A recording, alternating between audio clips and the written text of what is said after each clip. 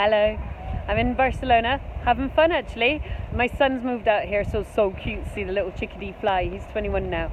Right, beginner's guide to working with a property mentor. Now, disclaimer, I love mentoring. I really enjoy it, so I might be somebody you might consider as well. But whether it's me, whether it's somebody else, just think these things through. Number one, check whether your values and their values are similar. There we go. I'm not going to buy. No, thank you. One flower. No, thank you. Thank you very much. That's very kind of you. Where from? From England. Take it on one. Oh, no, thank you. You go and enjoy yourself. No, thank you. One flower. No, I got to do a video. No problem. Good luck for you. Thank you, but I'm okay. Thank you very much. So, oh, I got a flower. How sweet. So, how to work with a mentor. I think I'll just continue. Right, so what you want to be doing is thinking about, are their values the same as your values? So from what you can ascertain, are you all about, and listen, cool guys if you are you all about getting the flash shiny car? If that's your thing, then you're probably going to chime with somebody else who's got the same kind of values, who's a total petrol head, and there's nothing wrong with that, go for it. Or are you all about stability, long-term safety, kind of low loan to value and pensions, and making sure that things are fine for your family and the next generation, in which case you probably want to meet up and work with somebody who's got a similar kind of value in that area.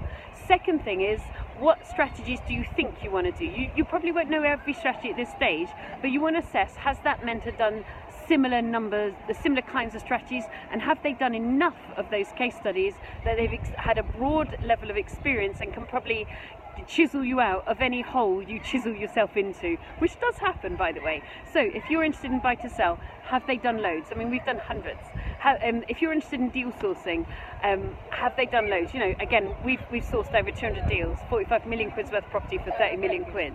Have they done tons of refurbs? Yes. Have they done lots of HMOs? Have they done serviced accommodation? You know, what do you think are the key strategies you're interested in? And make sure that they have deep level of experience, because statistically, if you've done a few, you're not going to have experienced the broad range of pluses, shortcuts, life hacks, but also minuses, things to avoid and pitfalls to avoid, because a mentor's value is not just about helping you get successful, it's also about helping you avoid mistakes. And then the third thing is, do you like them? You're going to spend a long time with them, and you will definitely go through the S-bend. I'll cover that in a minute. But do you like them? Do you want to hang out with them? Do you find being around them positive? Are they a radiator, not a drain? And then fourth is, what's the quality of their material? Some folks wing it, if you like, with their brains, and if their brains are fabulous, great. And some folks, like we have a really clear written curriculum, because on top of that I want to layer on our experience, but in the short term I want to have a really well thought out curriculum that really works for people, so it's really quite structured. Now, the S-curve. What happens in every mentoring relationship, and it's kind of just normal if you like, is at the beginning it's like, oh my god, you're so amazing, I want to do what you do. Or, you know, I don't mean that in any ego way, it's just kind of like exciting to realize in property that people can do the kind of stuff that people do. And then after a while it's like, okay, you've kind of told me this before, okay, yeah, I've heard this before, yeah, okay, yeah. And then what happens is, you're successful because you're consistent. All right, yeah, I'm hooked back in again. So if you're going through that right now with your mentor, chill, that's just a normal part of the relationship. And then finally, in an emergency, are they there for you? So what's their availability?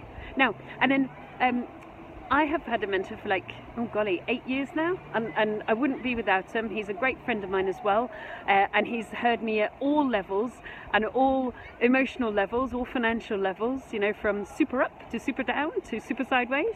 Emotion from like, woohoo, this is so much fun, to, oh my god, or just saying one swear word for about 5 minutes as I get on the telephone.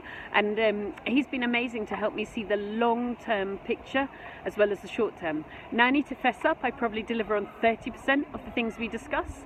So if you with your mentor are only delivering on a small percentage, chill, because learning is iterative, and repetition, you start to layer your learning on the previous.